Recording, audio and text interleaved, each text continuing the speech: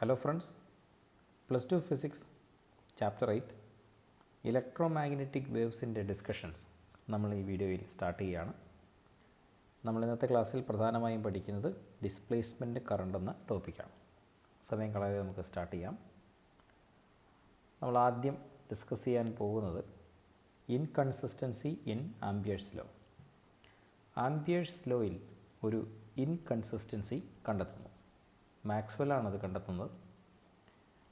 അതിനുശേഷം ആ ഇൻകൺസിസ്റ്റൻസി അല്ലെങ്കിൽ ആ ചേരായ്മ എങ്ങനെ പരിഹരിക്കാമെന്നുള്ള മാക്സ്വെല്ലിൻ്റെ ചിന്തയിൽ നിന്നാണ് ഡിസ്പ്ലേസ്മെൻറ്റ് കറണ്ട് എന്നുള്ള ഐഡിയ വരുന്നത്. ഡിസ്പ്ലേസ്മെൻറ്റ് കറണ്ടിനെ പറ്റിയുള്ള കൂടുതൽ വിശദമായ ഡിസ്ക്രിപ്ഷൻ നമ്മുടെ ഫാരഡേസ് ലോ ഓഫ് ഇലക്ട്രോമാഗ്നറ്റിക് ഇൻഡക്ഷനെ തന്നെ ഒന്ന് റീഫ്രേസ് ചെയ്യേണ്ടി വരുന്നു. അതിൽ നിന്നും ഇലക്ട്രോമാഗ്നറ്റിക് വേവ് എങ്ങനെയാണ് ഉണ്ടായത്, അതെങ്ങനെയാണ് അതിൻ്റെ എക്സിസ്റ്റൻസ് എങ്ങനെ വിശദീകരിക്കാം, തിയററ്റിക്കലി എങ്ങനെ അതിനെ വിശദീകരിക്കാം എന്നുള്ള വളരെ സുപ്രധാനമായ കൺസെപ്റ്റിലേക്ക് വരുന്നത്. ഇലക്ട്രോമാഗ്നറ്റിക് വേവ് എക്സിസ്റ്റ് ചെയ്യും എന്ന് നമുക്കൊരു തിയററ്റിക്കൽ പ്രൂഫ് അല്ലെങ്കിൽ ഒരു ഐഡിയ തന്നെ, അങ്ങനെ ഒരു ഐഡിയ തന്നെ നമുക്ക് വരുന്നത് ഈ ആംപിയേഴ്സ് ലോയുടെ ഇൻകൺസിസ്റ്റൻസി മുതലുള്ള കാര്യങ്ങളുടെ തുടർച്ചയായിട്ടാണ്.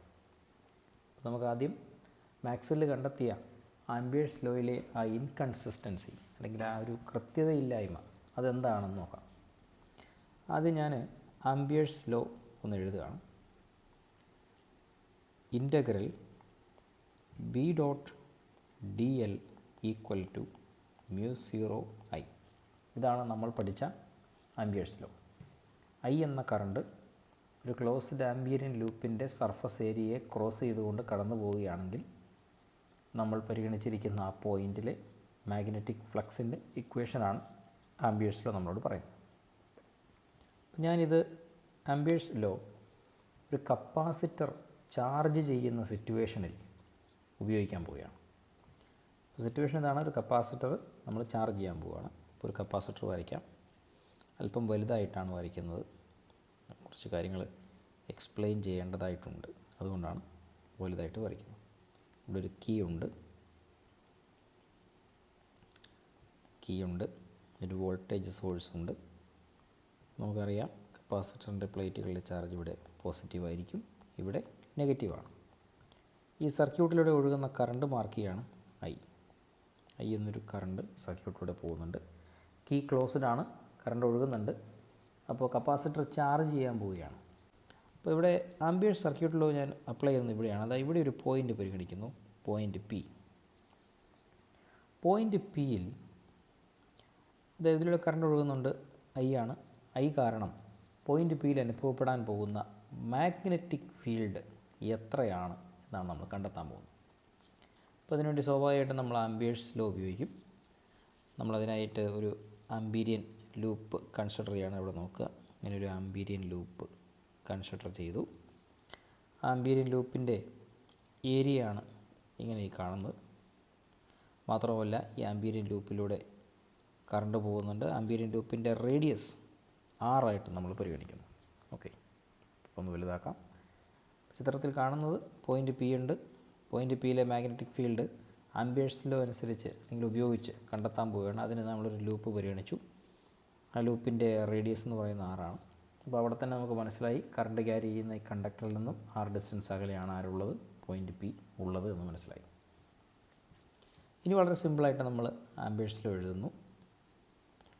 അങ്ങനെ എഴുതുമ്പോൾ integral B dot D L equal to μ0 I എന്ന് നമുക്കറിയാം.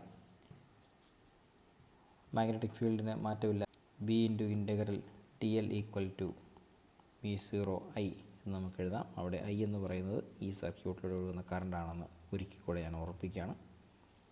That is B into 2πr is equal to μ0 I. ഇങ്ങനെ 2πr എന്ന് എഴുതാൻ കാരണം ഇൻ്റഗ്രൽ ഡി എൽ എന്ന് പറയുന്നത് ആംപീരിയൻ ലൂപ്പിൻ്റെ ഒരു ചെറിയ ലെങ്ത് എലമെൻ്റാണ്. അതിനെ over the closed loop integrate ചെയ്ത് കഴിഞ്ഞാൽ നമ്മുടെ സർക്കുലർ ആംപീരിയൻ ലൂപ്പിൻ്റെ സർക്കംഫറൻസാണ് കിട്ടുക. അതുകൊണ്ടാണ് 2πr എന്ന് വന്നത്. അപ്പോൾ അവിടെ നിന്ന് നമുക്ക് മാഗ്നറ്റിക് ഫീൽഡിൻ്റെ ഇക്വേഷൻ ഡയറക്റ്റ് എഴുതാം. B equal to μ0 I divided by 2πr. ഇതാണ് ആംപിയേഴ്സ് ലോ ഉപയോഗിച്ചുകൊണ്ട് ഇപ്പം നമ്മൾ വരച്ച പോയിൻ്റിൽ, നമ്മൾ പരിഗണിച്ച പോയിൻറ്റിലെ മാഗ്നറ്റിക് ഫീൽഡിൻ്റെ ഇക്വേഷൻ. ഇത് നമ്മൾ മുൻപുള്ള ക്ലാസ്സിൽ ഡെറൈവ് ചെയ്തതുമാണ്. ഇവിടെ ആംബിയേഴ്സിലേക്ക് യാതൊരു പ്രശ്നവുമില്ല, എല്ലാം പെർഫെക്റ്റായിട്ട് വർക്ക് ചെയ്യുന്നുണ്ട്, നോ പ്രോബ്ലം അറ്റ് ഓൾ. എന്നാൽ ഞാനിവിടെ ചെറിയൊരു മാറ്റം വരുത്തുകയാണ്, അല്ലെങ്കിൽ മാക്സ്വെല്ലാണ് അങ്ങനെ ചിന്തിച്ചത്. അതിനുവേണ്ടി ഞാൻ തൽക്കാലം ഈ ഫിഗർ ഒന്ന് കോപ്പി ചെയ്യണം കേട്ടോ.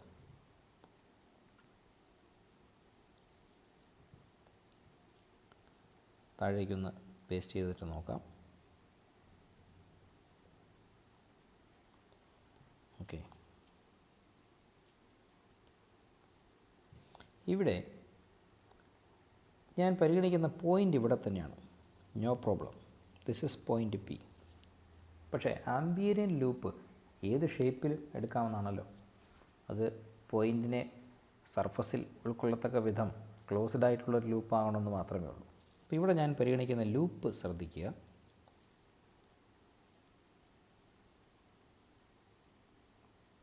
ഓക്കെ,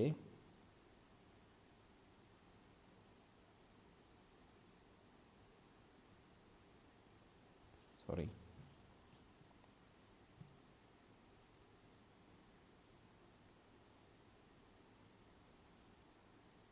ഇത്തരത്തിലുള്ള ഒരു ക്ലോസ്ഡ് ലൂപ്പാണ് പരിഗണിച്ചിരിക്കുന്നത്. ഇപ്പോൾ ചിത്രത്തിൽ എന്താണ് കാണുന്നതെന്ന് ചിലപ്പോൾ നിങ്ങൾക്ക് മനസ്സിലായിട്ടുണ്ടാവില്ല. ഒരു കാര്യം ഇവിടെ മാർക്ക് ചെയ്തിട്ട് പറയാം. ദിസ് റേഡിയസ് ഈസ് ആർ, അതിൽ മാറ്റമൊന്നുമില്ല. ഇപ്പോൾ ചിത്രത്തിൽ കാണുന്നത് എന്താണെന്ന് ചോദിച്ചു കഴിഞ്ഞാൽ അടപ്പില്ലാത്ത ഒരു ചോറ്റുപാത്രം പോലെയാണ്, അല്ലെങ്കിൽ ഒരു ചെടിച്ചട്ടി പോലെയാണ്. ആ ചെടിച്ചട്ടിയുടെ ബേസ്, അല്ലെ ചോറ്റുപാത്രത്തിൻ്റെ ബേസാണ് ഇത്, ബേസ് ഏരിയയാണ് ഈ കാണുന്നത്. ഇതതിൻ്റെ മൂടിയാണ്. മൂടി മീൻസ് അതിൻ്റെ വാവട്ടമാണ്. അടച്ചു വെച്ചിട്ടില്ല, തുറന്നാണ് വെച്ചിരിക്കുന്നത്. അതുകൊണ്ട് ഈ കറണ്ട് ക്യാരിയിങ് കണ്ടക്ടർ ഇതിനുള്ളിലൂടെ ഇങ്ങനെ കടന്നു പോകുന്നുണ്ട്. അതിനുശേഷം അതിൻ്റെ ബേസ് ഇരിക്കുന്നത് ഇവിടെയാണ്. കണ്ടക്റ്റിംഗ് വയർ ഇവിടം വരെ ഉള്ളൂ. ഇത് കപ്പാസിറ്ററിൻ്റെ പ്ലേറ്റാണ്. അപ്പോൾ ഇവിടുത്തെ മുൻപ് വരച്ച ഫിഗറിൽ ഒരു സർക്കുലർ ലൂപ്പ് മാത്രമായിരുന്നു. അവിടെ ആ സർഫസ് ഏരിയ ഇവിടെയാണ്. എന്നാൽ ഇത് തുറന്നു വെച്ചിരിക്കുന്ന അടപ്പില്ലാത്ത ചോറ്റുപാത്രം പോലെയാണ്. ഈ കേസിൽ നമുക്ക് ആംബിയേഴ്സ് സർക്യൂട്ട് ലോ ശരിയാണോ നോക്കാം. അപ്പോൾ ഇക്വേഷൻ എഴുതുന്നു. Integral B dot D L equal to μ0I. ഇവിടെയുള്ള പ്രധാന പ്രശ്നം ഇതാണ്, I ഇസ് ഈക്വൽ ടു 0. അതായത് ആംബീരിയൻ ലൂപ്പിൻ്റെ ക്രോസ് സെക്ഷണൽ ഏരിയ ഇവിടെ ഇതാണ്. ഈ ക്രോസ് സെക്ഷണൽ ഏരിയയിലൂടെ ഒരു കറണ്ട് കടന്നു പോകുന്നില്ല. കാരണം നമുക്കറിയാം, ഈ ക്രോസ് സെക്ഷണൽ ഏരിയ വന്നിരിക്കുന്നത് കപ്പാസിറ്റർ പ്ലേറ്റിൻ്റെ ഇടയിലാണ്, ഇൻ ബിറ്റ്വീൻ കപ്പാസിറ്റർ പ്ലേറ്റാണ്. നമുക്കറിയാം കപ്പാസിറ്റർ പ്ലേറ്റ്സിനിടയിൽ ഫിസിക്കൽ കോണ്ടാക്റ്റ് ഇല്ല. ഒന്നുകിൽ വാക്വം ആയിരിക്കും, അല്ലെങ്കിൽ ഒരു ഡൈഇലക്ട്രിക് മെറ്റീരിയൽ ആയിരിക്കും. ഫിസിക്കൽ കോണ്ടാക്റ്റ് ഇല്ലാത്തതുകൊണ്ട് തന്നെ കറണ്ട് ഇവിടെ നിന്നു, പിന്നെ കറണ്ട് ഇവിടെ നിന്നാണ്. അപ്പോൾ ഇതിനിടയിലൊരു കറണ്ടിൻ്റെ ഫ്ലോ ഇല്ലാത്തതുകൊണ്ട് I ഈക്വൽ ടു 0 എന്നുള്ള കണ്ടീഷനാണ് വരിക. അങ്ങനെ വന്നാലിപ്പോൾ എന്താ കുഴപ്പമെന്ന് ചോദിച്ചാൽ, integral B dot D L equal to 0 അഥവാ ബി ഇറ്റ്സെൽഫ് ഈക്വൽ ടു 0 എന്ന് കിട്ടും. ഇത് പ്രശ്നമാണ്. കാരണം നമ്മൾ പരിഗണിച്ചത് ഒരേ പോയിൻ്റാണ്, ഒരേ സ്ഥലത്താണ്, ഒരേ കറണ്ട് പോകുന്ന സർക്യൂട്ടാണ്. ആകെയുള്ള ഏക വ്യത്യാസം നമ്മളെടുത്ത ആംബീരിയൻ ലൂപ്പിൻ്റെ ഷേപ്പ് ഒന്ന് മാറ്റിയെന്ന് മാത്രം. ആംബീരിയൻ ലൂപ്പിൻ്റെ ഷേപ്പ് മാറിയപ്പോൾ രണ്ട് വാല്യൂ ആണ് ഒരേ സാഹചര്യത്തിലുള്ള പോയിൻറ്റിന് മേൽ മാഗ്നറ്റിക് ഫീൽഡിൻ്റേതായിട്ട് നമുക്ക് കിട്ടിയത്. ഇതാണ് മാക്സ്വെല്ല് കണ്ടെത്തിയ ആംബിയേഴ്സ് ലോയിലുള്ള ഇൻകൺസിസ്റ്റൻസി എന്ന് പറയും. ഇവിടെ എന്തോ ഒരു ചെറിയ പ്രശ്നമുണ്ട്. നമ്മുടെ സാധാരണ ലോജിക്കിൽ നിന്ന് നമുക്കറിയാം, നമ്മൾ ഏത് ലൂപ്പ് പരിഗണിച്ചാലും പോയിൻ്റ് പിയിൽ വരേണ്ട മാഗ്നറ്റിക് ഫീൽഡിൻ്റെ വാല്യൂ എന്ന് പറയുന്നത് μ0I/2πr തന്നെയാണ്. പിന്നെ ഇതെന്തുകൊണ്ടാണ് ഇങ്ങനൊരു ലൂപ്പ് പരിഗണിച്ചപ്പോൾ ഇത് 0 ആയിപ്പോയത്, ഈ പ്രശ്നം എങ്ങനെ പരിഹരിക്കാം എന്നുള്ള ചിന്തയിൽ നിന്നാണ് മാക്സ്വെല്ല് ഡിസ്പ്ലേസ്മെൻറ്റ് കറണ്ട് എന്നുള്ള കൺസെപ്റ്റിലേക്ക് വരുന്നത്. അപ്പോൾ ഇൻകൺസിസ്റ്റൻസി എല്ലാവർക്കും മനസ്സിലായെന്ന് വിചാരിക്കുന്നു. അത് ക്ലിയർ ആവണം. ക്ലിയർ ആയില്ലെങ്കിൽ വീഡിയോ ഇവിടെ വെച്ച് പോസ് ചെയ്തിട്ട് റീവൈൻഡ് ചെയ്ത് വീണ്ടും ഒന്നുകൂടെ കാണണം. ഇനി അതെങ്ങനെയാണ് കറക്റ്റ് ചെയ്യുന്നതെന്നുള്ള മാക്സ്വെല്ലിൻ്റെ ഡിസ്പ്ലേസ്മെൻറ്റ് കറണ്ട് എന്നുള്ള ഐഡിയയിലേക്കാണ് നമ്മൾ പോകുന്നത്. അപ്പോൾ ശ്രദ്ധിക്കുക, കറണ്ട് 0 ആയതാണ് നമ്മുടെ മുമ്പിലുള്ള പ്രശ്നം. ആദ്യത്തെ കേസിൽ ഇവിടെ ആംബീരിയൻ ലൂപ്പിൻ്റെ ക്രോസ് സെക്ഷണൽ ഏരിയ കടന്നു പോകാൻ ഒരു കറണ്ട് ഉണ്ടായിരുന്നു. ആ കറണ്ടിൻ്റെ വാല്യൂ എന്ന് പറയുന്നത് ഐ ആണ്. ആ കറണ്ട് ഉണ്ടാകാനുള്ള കാരണം എന്ന് പറയുന്നത് ഈ കാണുന്ന കണ്ടക്ടറിലൂടെ ചാർജുകൾ ഫ്ലോ ചെയ്തതാണ്. അപ്പോൾ ഞാൻ അതും കൂടെ ഒന്ന് എഴുതാം. ഈ കറണ്ട് ഉണ്ടാകാനുള്ള കാരണമെന്ന് പറയുന്നത് ഫ്ലോ ഓഫ് ചാർജാണ്. ഫ്ലോ ഓഫ് ചാർജ് കാരണമാണ് ഇവിടെ കറണ്ട് ഉണ്ടായിരുന്നതും ഇത് ലൂപ്പ് ഇങ്ങനെയായിരുന്നുവെങ്കിൽ ക്രോസ് സെക്ഷൻ കടന്നു പോവുകയും മാഗ്നറ്റിക് ഫീൽഡിൻ്റെ വാല്യൂ നമുക്ക് കിട്ടുകയും ചെയ്തു. എന്നാൽ ഇവിടെ പരിഗണിക്കുമ്പോൾ അങ്ങനെ ഒരു കറണ്ട് ഇല്ല എന്നുള്ളതാണ് പ്രശ്നം. കാരണം കപ്പാസിറ്ററിൻ്റെ ഈ പ്ലേറ്റിൽ നിന്ന് ഈ പ്ലേറ്റിലേക്ക് എന്തില്ല, ചാർജുകൾ ഫ്ലോ ചെയ്യുന്നില്ല. പിന്നെ എന്താണ് അവിടെ ഉള്ളത് എന്നൊരു ചോദ്യം. അവിടെ ഒന്നുമില്ലേ എന്ന് ചോദിച്ചാൽ അങ്ങനെ പറയാൻ കഴിയില്ല. ഉണ്ട്. എന്താണുള്ളതെന്ന് ചോദിച്ചാൽ there ഈസ് ഇലക്ട്രിക് ഫീൽഡ്. നമുക്കറിയാം കപ്പാസിറ്ററിൻ്റെ പ്ലേറ്റ്സിനിടയിൽ എന്തുണ്ട്, ഇലക്ട്രിക് ഫീൽഡ് നിലനിൽക്കുന്നുണ്ട്. ഫീൽഡ് ലൈൻസ് പോസിറ്റീവിൽ നിന്ന് നെഗറ്റീവ് ചാർജിലേക്കാണെന്ന് അറിയാവുന്നതുകൊണ്ട് തന്നെ ഫീൽഡ് ലൈൻ ഇങ്ങനെ ഈ ഡയറക്ഷനിലാണ് പോകുന്നതെന്നും നമുക്ക് മനസ്സിലാക്കാം. അപ്പോൾ അങ്ങനെയാണെങ്കിൽ ഇവിടെ ഒരു സർഫസ് ഏരിയ ഉണ്ട്. കൂടാതെ ആ സർഫസ് ഏരിയയ്ക്ക് പെർപെൻഡിക്കുലറായിട്ട് കടന്നു പോകുന്ന ഇലക്ട്രിക് ഫീൽഡ് ലൈൻസും ഉണ്ട്. ഇപ്പോൾ ഇവിടെ ഒരു സർഫസ് ഏരിയയുടെ ഡയറക്ഷൻ മാർക്ക് ചെയ്ത് കഴിഞ്ഞാൽ അതിങ്ങനെയാണ് ഉണ്ടാവുക. ഇലക്ട്രിക് ഫീൽഡിൻ്റെ ഡയറക്ഷൻ നോക്കിയാൽ അതും ഇങ്ങനെ തന്നെയാണ് ഉണ്ടാവുക. സോ സർഫസ് ഏരിയയ്ക്കും ഇലക്ട്രിക് ഫീൽഡിനും ഇടയിലുള്ള ആംഗിൾ ഇവിടെ 0 ആയിട്ടാണ് നമുക്ക് കിട്ടുക. അപ്പോൾ ഇവിടെ സർഫസ് ഏരിയയും നോർമലായിട്ട് കടന്നു പോകുന്ന ഫീൽഡ് ലൈനും ഉള്ളതുകൊണ്ട് ഞാൻ ആ സർഫസ് ഏരിയയിലെ ഫ്ലക്സ് എഴുതുകയാണ്. ഈ കാണുന്ന സർഫസ് ഏരിയയുടെ ഇലക്ട്രിക് ഫ്ലക്സ് എഴുതുകയാണ്. ശ്രദ്ധിച്ചോളുക. Electric flux phi E equal to E dot A, ഇങ്ങനെയാണല്ലോ നമ്മുടെ equation. That is equal to E A cos theta. എന്നാൽ നമുക്കിവിടെ അറിയാം ഇലക്ട്രിക് ഫീൽഡ് ആയാലും സർഫസ് ഏരിയ ആയാലും ഒരേ ഡയറക്ഷനിലാണ്. അതുകൊണ്ട് തീറ്റ 0 ആണ്. തീറ്റ 0 ആയതുകൊണ്ട് തന്നെ ഇലക്ട്രിക് ഫ്ലക്സിൻ്റെ equation phi E is equal to E into A എന്ന് എഴുതിയാൽ മതി. എന്താ കാരണം? കോസ് 0യുടെ വാല്യൂ 1 ആണ്. ഫ്ലക്സിൻ്റെ ഇക്വേഷൻ കിട്ടി. Phi E is equal to E into A. What is the value of electric field between the plates? ഈ പ്ലേറ്റുകൾക്കിടയിലുള്ള ഇലക്ട്രിക് ഫീൽഡിൻ്റെ വാല്യൂ എത്രയാണ്? അത് നമ്മൾ മുൻപ് പഠിച്ചിട്ടുള്ള വാല്യൂ ആണ്. E is equal to sigma by epsilon 0. അത് മനസ്സിലായിരിക്കണം. മുൻപ് ഫസ്റ്റ് ചാപ്റ്ററിൽ നമ്മൾ ഡിസ്കസ് ചെയ്ത, സെക്കൻഡ് ചാപ്റ്ററിൽ നമ്മൾ ഡിസ്കസ് ചെയ്തൊരു കാര്യമാണത്. അത് മനസ്സിലായിട്ടില്ലാത്തവർ ഈ ഐഡിയ, ഇപ്പം ഞാൻ എഴുതിയ ഇക്വേഷൻ മനസ്സിലാകാത്തവരുണ്ടെങ്കിൽ സെക്കൻഡ് ചാപ്റ്ററിലെ ക്ലാസ് കാണുകയോ വായിക്കുകയോ ചെയ്യുക.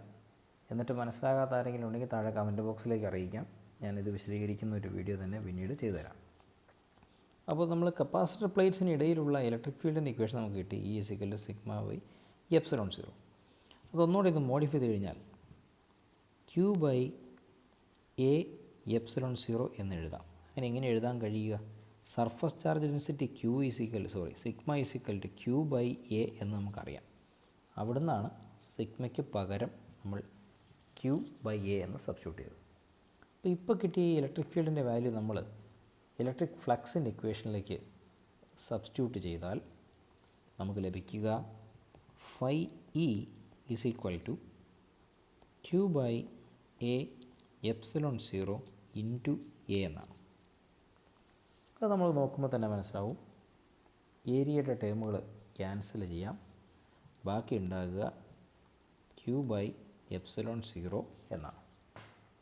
അപ്പോൾ ഇലക്ട്രിക് ഫ്ലക്സിൻ്റെ ഇക്വേഷൻ കിട്ടി. Phi E equal to Q by epsilon 0. ശരിയല്ലേ? ഇവിടെ കപ്പാസിറ്റർ ചാർജ് ചെയ്യുന്നു എന്നാണ് ഞാൻ പറഞ്ഞത്. നമ്മുടെ കേസിലെ കപ്പാസിറ്റർ കീ ഓൺ ചെയ്ത് ചാർജിങ്ങിലാണിപ്പോൾ. ഇപ്പോൾ തുടക്കത്തിൽ കപ്പാസിറ്ററിലെ ചാർജ് 0 ആയിരുന്നു. പിന്നെ സമയം പോകുന്നതനുസരിച്ച് അത് 0.1, 0.2, 0.3, 0.4, 0.5 ഇങ്ങനെ കയറിയാണ് വരുന്നത്. അപ്പോൾ ഇൻഫാക്റ്റ് ചാർജ് കൂടുകയാണ്. കപ്പാസിറ്ററിൻ്റെ ചാർജ് ക്യൂ കൂടുകയാണ് എന്ന് പറഞ്ഞാൽ ഫ്ലക്സ് കൂടുന്നു എന്ന് തന്നെയാണ് അർത്ഥം. ഇലക്ട്രിക് ഫീൽഡിൻ്റെ സ്ട്രെങ്ത് കൂടുകയാണ്. മനസ്സിലായില്ലെങ്കിൽ ഒരിക്കൽ കൂടെ വിശദീകരിക്കാം. ഫ്ലക്സിൻ്റെ ഇക്വേഷനിൽ ഇലക്ട്രിക് ഫീൽഡ് ഉണ്ട്. ചാർജ് കൂടുകയാണെങ്കിൽ സ്വാഭാവികമായും ഇലക്ട്രിക് ഫീൽഡ് കൂടും. ഇലക്ട്രിക് ഫീൽഡ് കൂടിയാൽ ഇലക്ട്രിക് ഫ്ലക്സും കൂടും. ഏരിയ എന്തായാലും കൂടാൻ പോകുന്നില്ലല്ലോ. അപ്പോൾ അങ്ങനെയാണെങ്കിൽ ഞാനിവിടെ ഫൈ ഇ എന്ന് പരിഗണിക്കുന്നതിന് പകരം D phi E by D T എന്ന് പരിഗണിക്കുന്നതാണ് കറക്റ്റ്. കാരണം അതൊരു കോൺസ്റ്റൻറ്റ് ഫ്ലക്സ് അല്ല, ഇറ്റ്സ് എ വേരിയിങ് ഫ്ലക്സ്. അപ്പോൾ ഞാൻ ആ കാര്യം കൂടെ മനസ്സിൽ വെച്ചുകൊണ്ട് ഇക്വേഷനെ ഒന്ന് മോഡിഫൈ ചെയ്ത് കഴിഞ്ഞാൽ D phi E by D T is equal to 1 by epsilon 0 times D Q by D T എന്ന് എഴുതാൻ പറ്റും. ഫ്ലക്സ് ചേഞ്ച് ചെയ്യുന്നു, അതിന് കാരണം ചാർജ് തന്നെ ചേഞ്ച് ചെയ്യുന്നു. ചാർജിങ്ങിലാണ് കപ്പാസിറ്റർ, ചാർജ് കൂടിക്കൂടി വരികയാണ്, ടൈമിനനുസരിച്ച് ചാർജ് കൂടുന്നു, സ്വാഭാവികമായും ടൈമിനനുസരിച്ച് ഇലക്ട്രിക് ഫ്ലക്സും കൂടി വരുന്നു. ഇങ്ങനെ എഴുതുമ്പോൾ നമുക്കൊരു കാര്യം കത്തി, കാരണം ഈ ടേം നമുക്ക് പരിചിതമാണ്. T Q by D T, charge per അല്ലെങ്കിൽ rate of change of charge with respect to time. മലയാളത്തിൽ പറഞ്ഞാൽ സമയാനുസൃതമായ ചാർജിൻ്റെ മാറ്റത്തിൻ്റെ നിരക്ക്. ഇത് കറണ്ടാണെന്ന് നമ്മൾ പഠിച്ചിട്ടുണ്ട് അല്ലേ? Current I equal to Q by T or D Q by D T എന്ന് നമ്മൾ പഠിച്ചിട്ടുണ്ട്.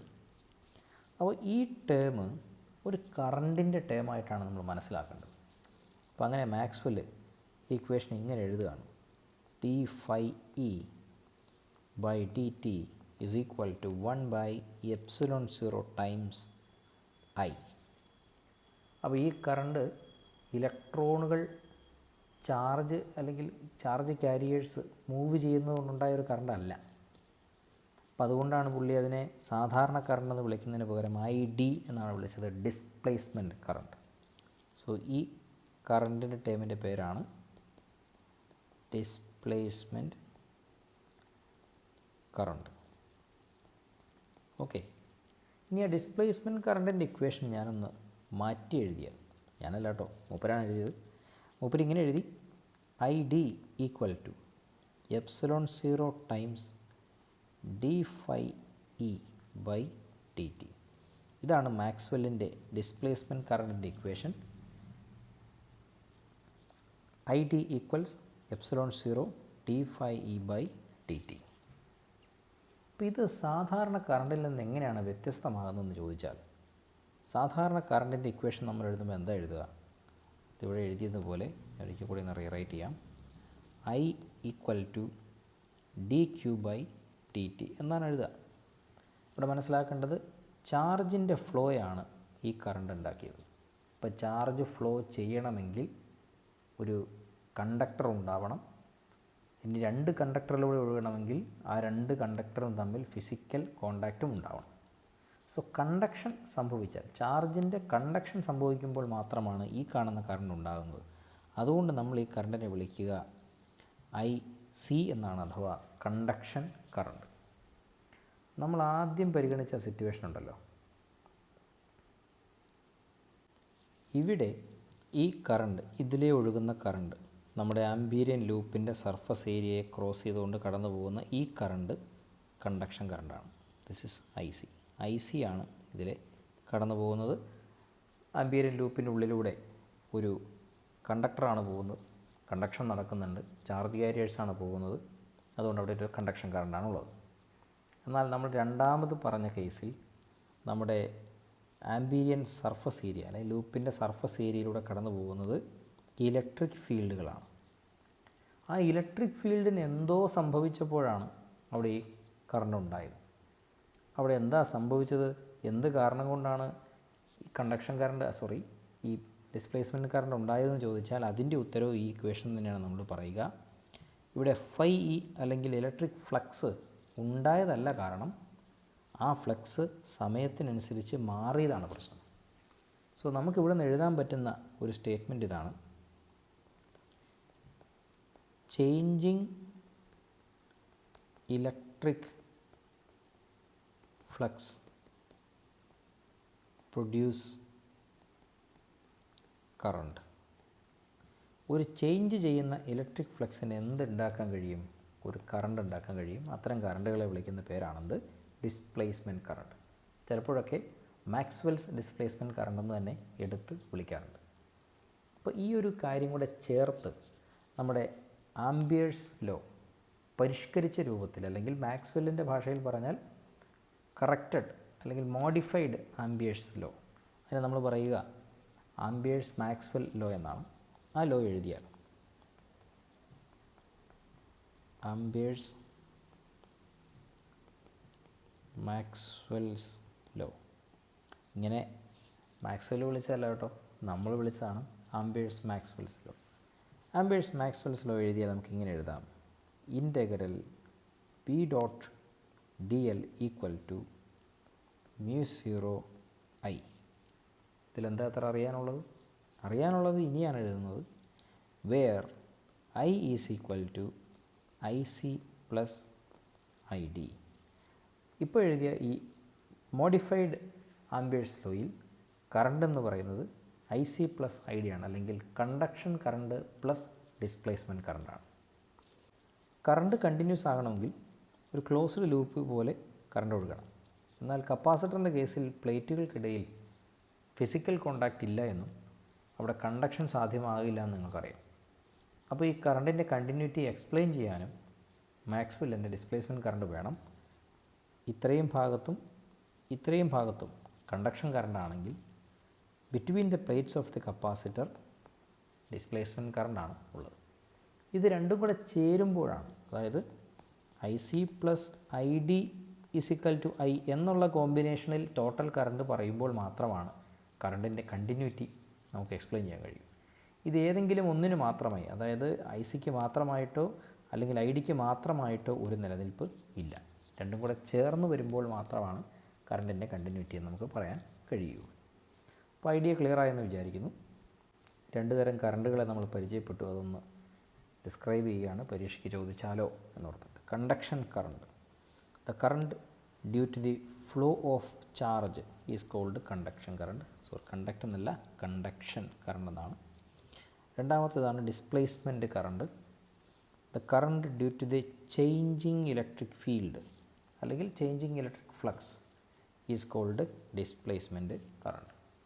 അപ്പം നമ്മൾ പലപ്പോഴും ആലോചിക്കും, എന്തുകൊണ്ടാണ് മാക്സ്വെൽ ഈ ടേം എന്ന് പറയുമ്പോൾ ε0 d∅e/dt എന്നുള്ള ഈ ടേമിനെ എന്തുകൊണ്ടായിരിക്കാം മാക്സ്വെൽ ഒരു കറണ്ട് എന്ന് ചേർത്ത് വിളിച്ചത്? ഡിസ്പ്ലേസ്മെൻറ്റ് കറണ്ട് എന്നാണ് വിളിച്ചത്. കറണ്ട് എന്ന് വിളിക്കുമ്പോൾ ഫ്ലോ ഓഫ് ഇലക്ട്രോൺസ് അല്ലെങ്കിൽ ചാർജ് കാരിയേഴ്സാണ് കറണ്ട് ഉണ്ടാക്കുന്നതെന്നുള്ള നമ്മുടെ കൺവെൻഷണൽ ഐഡിയയിൽ നിന്നും മാക്സ്വെൽ എന്തുകൊണ്ടാണ് ഇങ്ങനൊരു പേര് ചൂസ് ചെയ്തത്, എന്തുകൊണ്ടായിരിക്കാം എന്നുള്ളൊരു ചോദ്യം നമുക്ക് മുമ്പിലുണ്ട്. അതിനൊരു പോസിബിളായിട്ടുള്ള എക്സ്പ്ലനേഷൻ എന്ന് പറയുന്നത് ഞാൻ വഴിയെ ഡിസ്ക്രൈബ് ചെയ്യാം. അങ്ങനെ ഒരു ചോദ്യം നമ്മുടെ മുമ്പിൽ ഉണ്ടാവണം എന്ന് ഞാൻ പറയുകയാണ്. ഓക്കെ, അപ്പോൾ ഇത്രയും കാര്യങ്ങൾ മനസ്സിൽ വെച്ചുകൊണ്ട് നമ്മൾ ഫാരഡേസ് ലോയെ ഒന്ന് റീഫ്രേസ് ചെയ്യാൻ പോവുകയാണ്. ഇത് വളരെ പ്രധാനപ്പെട്ട ഒരു കൺസെപ്റ്റാണ് കേട്ടോ. ഇവിടെ മുതലാണ് നമ്മൾ ഇലക്ട്രോമാഗ്നറ്റിക് വേവിൻ്റെ എക്സിസ്റ്റൻസിനെ പറ്റിയുള്ള ചർച്ച ആരംഭിക്കുന്നത്. ഓക്കെ, കുറച്ച് ലെങ്തിയായി പോകുന്നുണ്ടെന്ന് എനിക്കറിയാം, ബോറടിക്കരുത്. അത്രമേൽ പ്രധാനപ്പെട്ട കൺസെപ്റ്റാണ്. ഇലക്ട്രോമാഗ്നറ്റിക് വേവ് എന്നൊരു സംവിധാനം എക്സിസ്റ്റ് ചെയ്യും എന്ന് നിങ്ങൾ മനസ്സിലാക്കുന്നില്ലെങ്കിൽ ഈ അധ്യായം പഠിക്കുന്നതിൽ തന്നെ അർത്ഥമില്ലാണ്ടായിപ്പോൾ. അപ്പോൾ അതുകൊണ്ടാണ് ഞാനത് ഒറ്റ വീഡിയോ ആയിട്ട് തന്നെ ചെയ്യുന്നത്. ഓക്കെ, ഇത് ഒരുമിച്ച് പറയേണ്ട കാര്യങ്ങളുമാണ്. Then Faraday's law of electromagnetic ഇൻഡക്ഷനാണ്. ഇപ്പോൾ ഫാരഡേസ് ലോ നമ്മളോട് പറയുന്നത് എന്താ? ഒരു ചേഞ്ചിങ് മാഗ്നറ്റിക് ഫീൽഡ്. ഓക്കെ, ഞാനൊന്ന് എഴുതാം. ഒരു changing magnetic field produce an EMF. ഇങ്ങനെയാണ് നമ്മൾ പഠിച്ചിട്ടുള്ളത് അല്ലേ? ഒരു changing magnetic field produce an EMF d∅dt minus is equal to, minus Lenz ലോയിലേക്ക് മാറ്റുന്നു, dt is equal to epsilon. ഇങ്ങനെയുള്ള ഇക്വേഷനാണ് നമ്മൾ പഠിച്ചത് അല്ലേ? അപ്പോൾ ഇതിരിക്കട്ടെ, ഇത് കുഴപ്പമില്ല, റെഡിയാണ്. ഈ EMF എന്ന് പറയുമ്പോൾ ബേസിക്കലി അത് പൊട്ടൻഷ്യൽ തന്നെയാണല്ലേ? നമ്മൾ EMFൻ്റെയും പൊട്ടൻഷ്യലിൻ്റെയും വ്യത്യാസം എന്താണെന്നുള്ളത് മുൻപൊരു ചാപ്റ്ററിൽ വിശദമായി പഠിച്ചാണ്. What is the difference between EMF and potential എന്ന്. അപ്പോൾ EMF ബേസിക്കലി പൊട്ടൻഷ്യൽ തന്നെയാണ്, പൊട്ടൻഷ്യൽ ഡിഫറൻസ്. അപ്പോൾ ഞാനിവിടെ രണ്ട് പോയിൻ്റ് പരിഗണിക്കുകയാണ്. Let's say point 1 and point 2. Point 1നും പോയിൻ്റ് 2നും ഇടയിലുള്ള EMF എന്ന് പറഞ്ഞാൽ it is basically a potential difference ΔV. ഈ പൊട്ടൻഷ്യൽ ഡിഫറൻസിനെ നമ്മൾ ഡിഫൈൻ ചെയ്തിരിക്കുന്നത് ഇൻ ടേംസ് ഓഫ് വർക്കാണ്. അതായത് ഒരു പോയിന്റിൽ നിന്ന് മറ്റൊരു പോയിന്റിനും ഇടയിലുള്ള പൊട്ടൻഷ്യൽ ഡിഫറൻസ് എന്ന് പറയുന്നത് it is the work done to bring a unit positive charge, ഒരു unit charge from one point to another. ഈ പോയിന്റിൽ നിന്നും ഈ പോയിന്റിലേക്ക് ഒരു യൂണിറ്റ് പോസിറ്റീവ് ചാർജിനെ വിത്തൗട്ട് ആക്സിലറേഷൻ ഡിസ്പ്ലേസ് ചെയ്യാൻ നമ്മൾ ചെയ്ത വർക്കിനെയാണ് അവിടെയുള്ള പൊട്ടൻഷ്യൽ ഡിഫറൻസ് എന്ന് നമ്മൾ ഡിഫൈൻ ചെയ്തിട്ടുള്ളത്. അതുതന്നെയാണ് ഫലത്തിൽ പറഞ്ഞാൽ EMF എന്ന് പറയുന്നത്. അപ്പോൾ ഇവിടെയാണ് ഒരു ചെറിയ കൺഫ്യൂഷൻ ഉള്ളത്, അല്ലെങ്കിൽ ചെറിയൊരു ഐഡിയ ഉള്ളത്. വർക്കാണ് അല്ലേ, work basically is force into displacement ആണ്. മെക്കാനിക്സിൽ നിന്നുള്ള ഒരു ടേമാണ് എങ്കിലും ഈ ഫോഴ്സ് ഇവിടേക്ക് വരുമ്പോൾ ഇലക്ട്രോസ്റ്റാറ്റിക്സിലേക്ക് അല്ലെങ്കിൽ ഇലക്ട്രോമാഗ്നറ്റിക്സിലേക്ക് വരുമ്പോൾ ഈ ഫോഴ്സ് എന്ന് പറയുന്നത് നമുക്കറിയാം F = QE ആണ് അല്ലേ. അതായത് ഈ യൂണിറ്റ് പോസിറ്റീവ് ചാർജിനെ ഈ പോയിൻ്റ് 2-ൽ നിന്നും പോയിൻ്റ് 1-ലേക്ക് കൊണ്ടുവരാൻ വേണ്ടി നമ്മൾ ഒരു വർക്ക് ചെയ്യേണ്ടി വരും. നമ്മൾ എന്തിനെതിരെയാണ് വർക്ക് ചെയ്യുന്നതെന്ന് ചോദിച്ചാൽ ഒരു ഫോഴ്സിനെതിരെയാണ് വർക്ക് ചെയ്യുന്നത്. ആ ഫോഴ്സിൻ്റെ ടേമിൽ ആരടങ്ങിയിട്ടുണ്ട്? ഇലക്ട്രിക് ഫീൽഡ് അടങ്ങിയിട്ടുണ്ട്. കഥ മനസ്സിലായെന്ന് വിചാരിക്കുന്നു. ഒരിക്കൽ കൂടെ ആവർത്തിക്കാം. ഒരു യൂണിറ്റ് പോസിറ്റീവ് ചാർജിനെ പോയിൻ്റ് 2-ൽ നിന്ന് പോയിൻ്റ് 1-ലേക്ക് കൊണ്ടുവരാൻ വേണ്ടി നമ്മളൊരു വർക്ക് ചെയ്യണം. ആ വർക്ക് ഒരു ഫോഴ്സിന് എതിരെയാണ് ചെയ്യേണ്ടത്. ആ ഫോഴ്സിൻ്റെ ഇക്വേഷനിൽ ആരുണ്ട്? ഒരു ഇലക്ട്രിക് ഫീൽഡ് ഉണ്ട്. അപ്പോൾ ഇതൊന്ന് ക്രോഡീകരിച്ച് പറഞ്ഞാൽ A changing magnetic field produces an EMF എന്ന് പറഞ്ഞാൽ it produces a potential difference, അല്ലെങ്കിൽ it needs a work, അല്ലെങ്കിൽ it needs a force, അല്ലെങ്കിൽ it produces an electric field. അങ്ങനെയാണ് കഥ മാറുന്നത്. അതായത് ഫാരഡേസ് ലോ ഓഫ് ഇലക്ട്രോമാഗ്നറ്റിക് ഇൻഡക്ഷൻ്റെ മറ്റൊരു എക്സ്പ്ലനേഷനാണിത്. ഒരു ചേഞ്ചിങ് മാഗ്നറ്റിക് ഫീൽഡിന് എന്ത് നിർമ്മിക്കാൻ കഴിയും? ഒരു ഇലക്ട്രിക് ഫീൽഡിനെ നിർമ്മിക്കാൻ കഴിയും. അപ്പോൾ ഞാൻ ഈ ഫാരഡേസ് ലോ ഇനിമേലൊന്ന് റീഫ്രൈസ് ചെയ്ത് എഴുതുകയാണ്. അതെങ്ങനെയാണ്? Changing magnetic field produce an electric field. ഒരു ടൈം വേരിയിങ് മാഗ്നറ്റിക് ഫീൽഡിന് എന്ത് നിർമ്മിക്കാൻ കഴിയും? ഒരു ഇലക്ട്രിക് ഫീൽഡിനെ നിർമ്മിക്കാൻ കഴിയും. വളരെ പ്രധാനപ്പെട്ട ഒരു ഐഡിയ ആണ്, ഇത് മനസ്സിലുണ്ടായിരിക്കണം. ഇനി മുൻപത്തെ ഡെറിവേഷനിലേക്കൊന്ന് തിരിച്ചു പോകാം കേട്ടോ.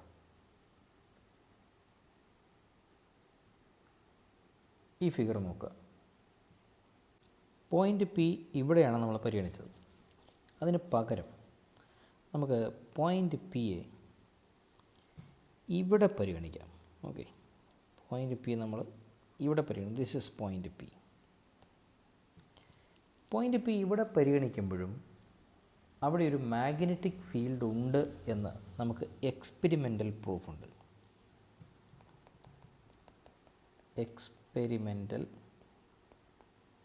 Experimentally there is a magnetic field.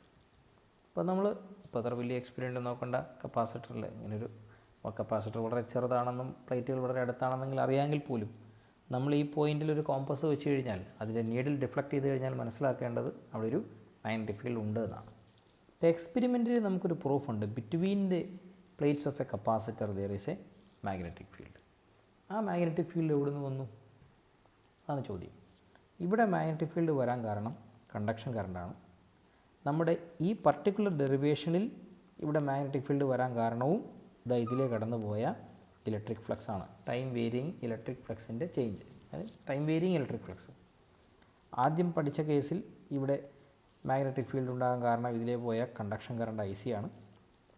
രണ്ടാമത് ഇൻകൺസിസ്റ്റൻസി ഉള്ള സിറ്റുവേഷനിലും ഇതേ പോയിൻ്റ് Pയിൽ മാഗ്നറ്റിക് ഫീൽഡ് ഉണ്ടാകാൻ കാരണം ഈ സർഫസിലൂടെ കടന്നുപോയ φE ആണ്. അതിൻ്റെ വേരിയേഷനാണ്, electric ഫ്ലക്സിൻ്റെ variation.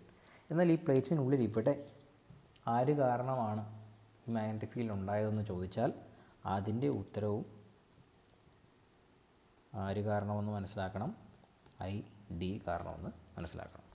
So displacement current കാരണമാണ് ബിറ്റ്വീൻ ദ പ്ലേറ്റ്സ് ഒരു മാഗ്നറ്റിക് ഫീൽഡ് ഉണ്ടായത്. അപ്പോൾ മുൻപ് ചോദിച്ച ചോദ്യത്തിലേക്ക് ഞാൻ തിരിച്ചു വരികയാണ്. എന്തുകൊണ്ടായിരിക്കാം നമ്മൾ ഈ ടേമിനെ ഐഡിയെ ഒരു കറണ്ട് എന്ന വാക്ക് ഉപയോഗിച്ചു? അതിന് കാരണം ഇതാണ്. ഇവിടെ ഒരു കറണ്ടാണ് ഒരു മാഗ്നറ്റിക് ഫീൽഡിനെ ഉണ്ടാക്കിയത്. ഇവിടെ ഒരു ടേം ഉണ്ട്. ആ ടേം ഇങ്ങനെയാണ്: I D equal to ε0 D phi E by D T. ആ ടേം ഒരു മാഗ്നറ്റിക് ഫീൽഡിനെ ഉണ്ടാക്കുന്നുണ്ട്, അതിവിടെയാണ്. അപ്പോൾ ഇതും ഒരു മാഗ്നറ്റിക് ഫീൽഡിന് ജന്മം നൽകുന്നതുകൊണ്ട് ഒരു കറണ്ടിൻ്റെ അതേ എഫക്റ്റാണ് എന്നുള്ള സെൻസിലാണ് നമ്മൾ ഇതിനെയും ഐ ഡി അല്ലെങ്കിൽ ഡിസ്പ്ലേസ്മെൻറ്റ് കറണ്ട് എന്ന വാക്ക് ഉപയോഗിച്ചുകൊണ്ട് വിളിച്ചത്. Am I clear? അപ്പോൾ ഇവിടുന്ന് ഒരു കാര്യം മനസ്സിലായി: ഒരു വേരിയിങ് ഇലക്ട്രിക് ഫ്ലക്സിന് അല്ലെങ്കിൽ ഇലക്ട്രിക് ഫീൽഡിന് എന്തുണ്ടാക്കാൻ കഴിയും? മാഗ്നറ്റിക് ഫീൽഡ് ഉണ്ടാക്കാൻ കഴിയും. വീണ്ടും വളരെ സുപ്രധാനമായൊരു ടേമാണ് കേട്ടോ. ഒരു വേരിയിങ് ഇലക്ട്രിക് ഫീൽഡിന്, ഫ്ലക്സ് എന്ന് പറയുമ്പോൾ phi equal to E into A ആയതുകൊണ്ട് ഫൈ ഇ വേരി ചെയ്താൽ ഇയും വേരി ചെയ്യും. ഒരു വേരിയിങ് ഇലക്ട്രിക് ഫീൽഡിന് എന്തുണ്ടാക്കാൻ കഴിയും? ഒരു മാഗ്നറ്റിക് ഫീൽഡ് ഉണ്ടാക്കാൻ കഴിയും. അപ്പോൾ ഞാൻ അതും കൂടെ ഒന്ന് താഴെ എഴുതുകയാണ്. ഓക്കെ, നമ്മൾ ആദ്യം എഴുതിയ പ്രധാനപ്പെട്ട ആ വാചകത്തിന് ശേഷം ഞാൻ എഴുതുകയാണ്: changing electric field produce A magnetic field.